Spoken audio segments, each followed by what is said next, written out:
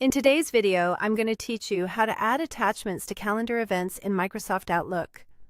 By the end, you'll know exactly how to include files with your appointments and meetings, so everything your attendees need is right there on the event. Start by opening Outlook and switching to the Calendar view. This is where you'll create and manage your events. If you're already in Mail or another section, just click Calendar so you can see your schedule and the date you want to work with.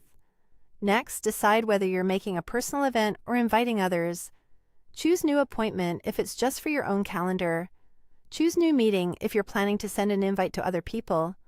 The layout looks similar, but meetings include attendee and scheduling options, while appointments stay private to you. Now fill in the event details. Give your event a clear title so it's easy to recognize later. Add a location if it helps, and set the start and end times. Accuracy here matters because your attachment will travel with this specific event, and you'll want attendees to see the correct context when they open it.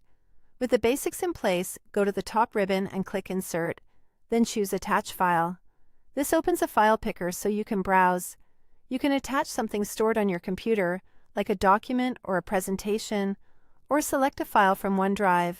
If you pick OneDrive, Outlook may add it as a cloud link, which helps keep file sizes small and ensures everyone sees the most up-to-date version. Keep in mind that very large files or certain organizational policies might affect whether the file is sent as a copy or as a link.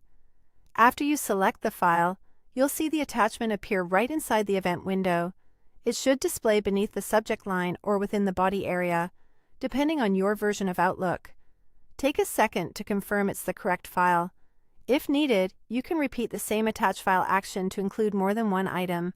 When you're finished, finalize the event. For a personal appointment, click Save and Close to add it to your calendar with the attachment included. For a meeting, click Send. That delivers the invitation